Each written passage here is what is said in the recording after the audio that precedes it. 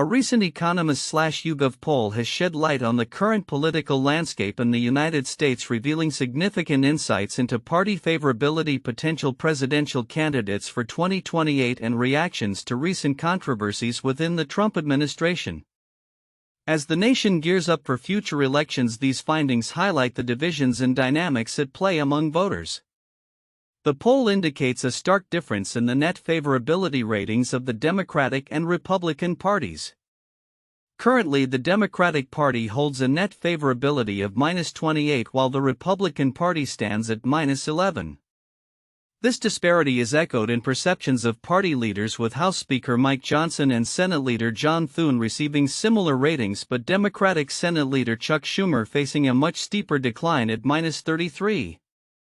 A notable 58% of Americans expressed dissatisfaction with sitting Democratic politicians, in contrast to 49% regarding Republicans.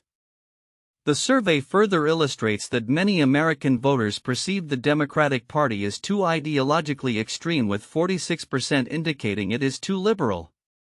Meanwhile, 41% feel the Republican Party is too conservative. Interestingly, a significant portion of respondents view the Democratic Party as more divided than united, a sentiment not shared by the Republican Party, which many see as more cohesive. When it comes to critical issues like Social Security and abortion, Americans appear to align more closely with Democratic positions. A substantial majority, 56%, seek increased funding for Social Security, which they believe aligns with Democratic views. Similarly, 58% support legal abortion, in most cases aligning with the Democratic stance. However, on the topic of diversity, equity, and inclusion, DEI initiatives, perceptions are more aligned with Republican views, as many Americans advocate for reductions in funding for these programs. As the nation anticipates the 2028 presidential election, the poll suggests that Republicans may be favored for victory, with 36% of respondents expecting a Republican candidate to win compared to 30% for Democrats. This perspective is reflected in different priorities between the parties. While Democrats prioritize electability in their candidate, Republicans lean more toward policy alignment. Among potential Democratic candidates, Vice President Kamala Harris emerges as the front-runner, with 58% of respondents considering her for the nomination. She is followed by figures like Pete Buttigieg and Alexandria Ocasio-Cortez. Conversely, Republicans show strong support for JD Vance, with 69% open to his candidacy, followed by Ron DeSantis and Donald Trump Jr. The poll also touches on a recent controversy involving the Trump administration, where 77% of Americans, including a large cross-section of both parties, expressed familiarity with a leak of sensitive military plans discussed via Signal, which inadvertently included a journalist. This incident has raised significant concerns about national security, with 68% of respondents deeming it a serious issue. Despite a slight dip in Trump's approval ratings, with 49% disapproving compared to 46% approving, his support remains relatively stable compared to previous election cycles. This consistent backing can largely be attributed to the firm partisan divide among voters, with a vast majority of Democrats and Republicans holding steadfast views on Trump. As these findings unfold, they signal a complex and evolving political landscape. Voter perceptions of party dynamics, key issues, and potential candidates will undoubtedly shape the upcoming electoral contests. With the 2028 presidential election looming, both parties must navigate these sentiments carefully, considering the implications of their strategies on broader voter engagement and turnout. The ramifications of recent controversies, particularly those involving Trump's administration, will continue to resonate as they influence public opinion and party trajectories in the years to come. In the evolving landscape of the Republican Party, JD Vance is emerging as a formidable contender for the presidential nomination in 2028, signaling a possible shift away from the dominance of Donald Trump. As speculation about Trump's potential third run for the presidency continues, many GOP insiders believe that Vance represents a new direction for the party, one that could resonate with a broader electorate. Recent discussions have suggested a controversial scenario where Vance could win the GOP nomination and then select Trump as his running mate, effectively allowing Trump to regain the presidency through an unconventional route. However, this notion is met with skepticism.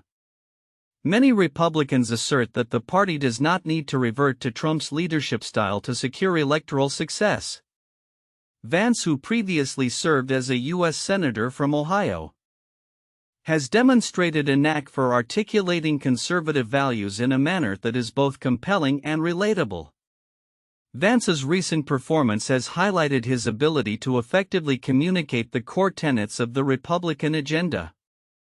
During a speech at a Marine Corps base in Quantico, Virginia, he articulated a vision for the military that emphasized merit and patriotism over identity politics.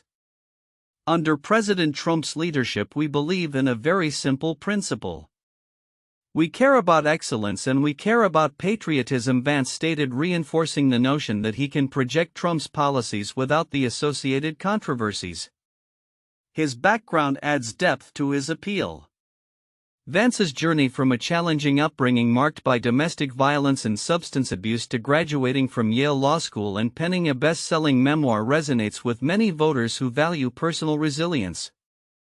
Furthermore, his family-oriented image stands in contrast to Trump's tumultuous personal life, which may help attract moderate and undecided voters.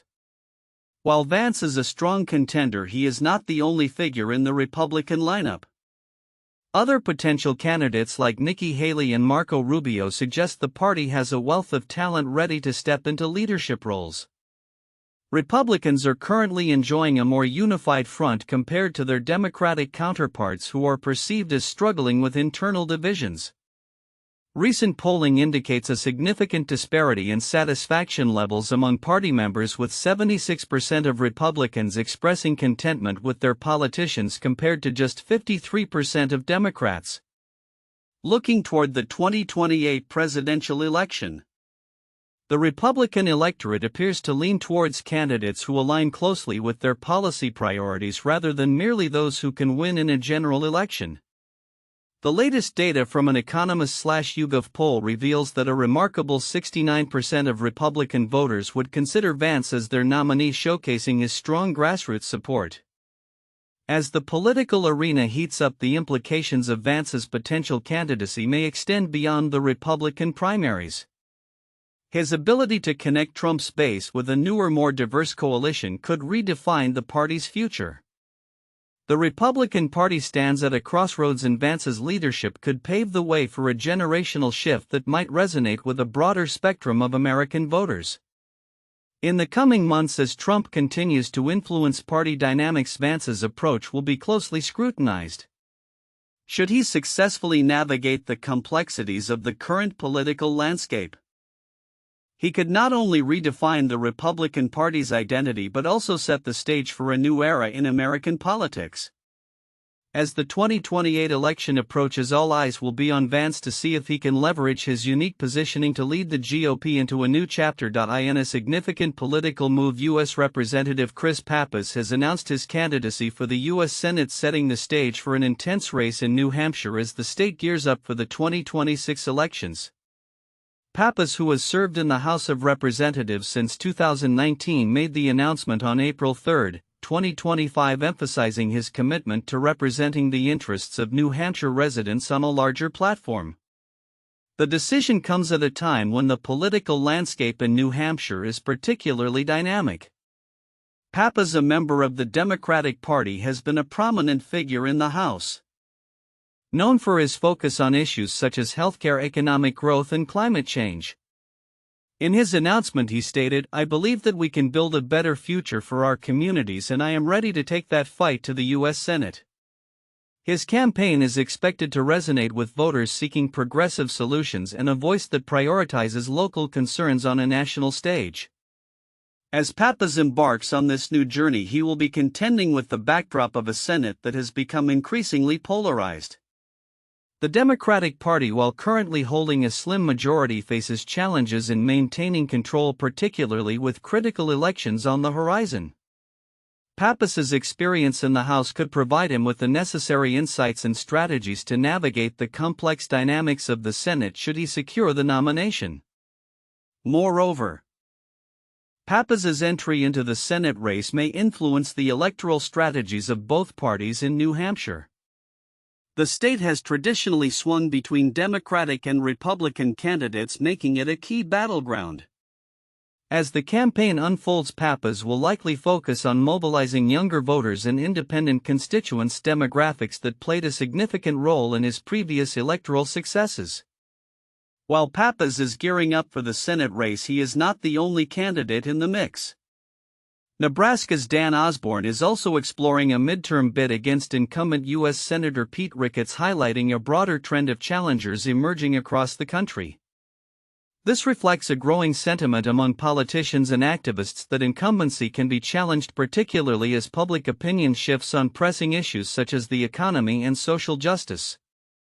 In addition to these individual campaigns, the Senate has recently passed a bill aimed at alleviating the impact of tariffs imposed by the previous administration on Canadian goods, showcasing ongoing bipartisan efforts to address trade issues. This legislative context may also shape the candidates' platforms as they seek to position themselves as effective advocates for their constituents. As Chris Pappas prepares for a potentially fierce campaign, he joins a growing list of candidates who are reshaping the political narrative in their respective states.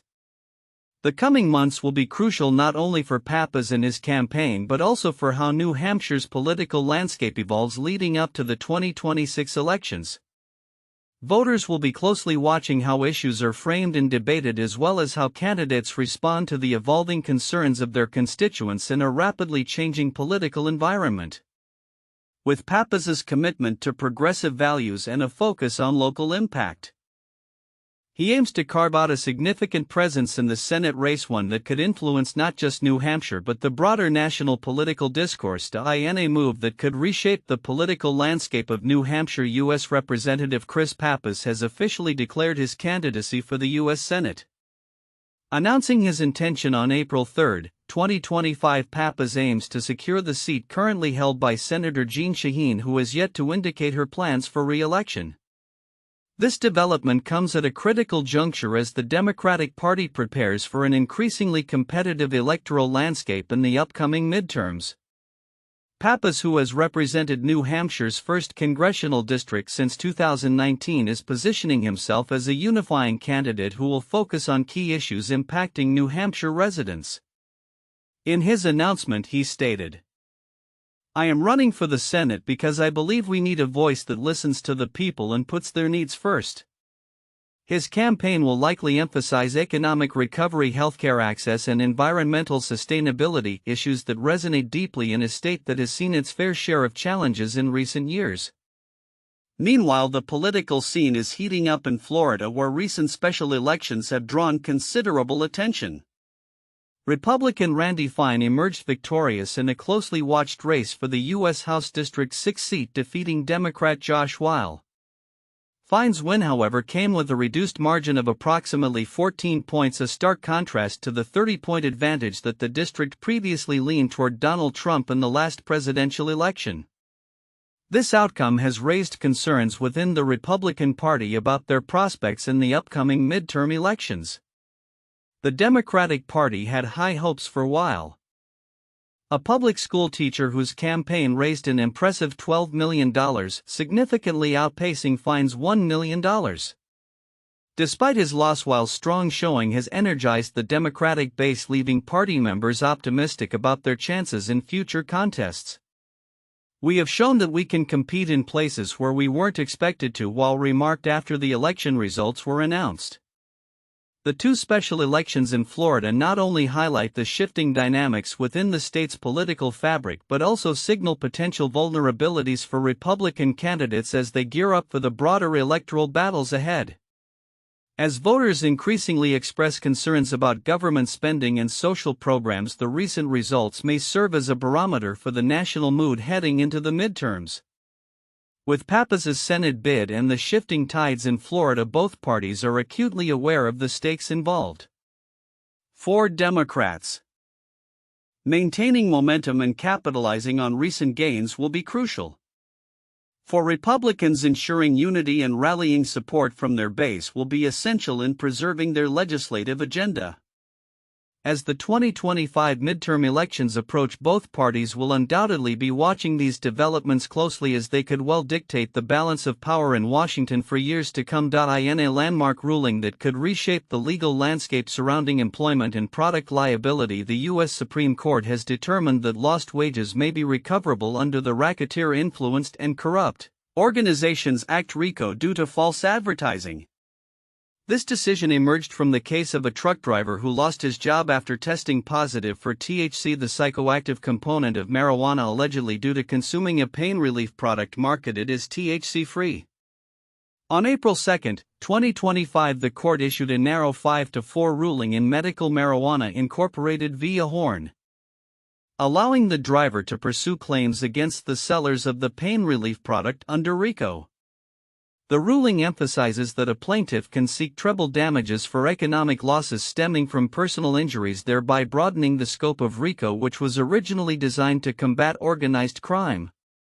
Justice Amy Coney Barrett, who authored the majority opinion, stated the phrase "injured in his business or property" does not preclude recovery for all economic harms that result from personal injuries. This interpretation aligns with the Second Circuit's previous ruling, which recognized that the truck driver was indeed injured in his business when he lost his job due to the drug test. The justices avoided clarifying whether the driver had indeed suffered a personal injury or the full extent of what constitutes business under RICO. The implications of this ruling are profound, particularly for businesses facing potential liability under RICO for product liability claims. The defendants, in this case the sellers of the CBD product, argued that allowing such claims blurs the line between personal injury and business injury, potentially flooding the courts with new RICO suits. Justice Kavanaugh, in a dissenting opinion, expressed concerns about this broad interpretation, arguing that it could lead to significant confusion regarding what constitutes recoverable economic harm under RICO. The decision has sparked discussions on whether Congress should step in to clarify the statute's limitations, as the court noted if the breadth of the statute leads to the undue proliferation of RICO suits, the correction must lie with Congress. As it stands, while the ruling allows the truck driver to proceed with his claims, it raises critical questions about the nature of economic damages related to personal injuries and the potential expansion of civil RICO claims. As the case returns to the lower courts for further proceedings, the legal community is left to ponder how this ruling will influence future cases involving employment disputes and product liabilities. The Supreme Court's decision marks a significant shift, potentially opening the floodgates for similar claims across various industries, especially in the burgeoning fields of health and wellness products. As this legal narrative unfolds, it will be essential to monitor how lower courts interpret this precedent and whether legislative action will follow to address the complexities introduced by this ruling. In conclusion, the Supreme Court's decision not only highlights the evolving interpretation of RICO but also underscores the need for clarity in the legal framework surrounding personal injury and economic harm. Stakeholders across various sectors will be watching closely as the implications of this ruling continue to unravel.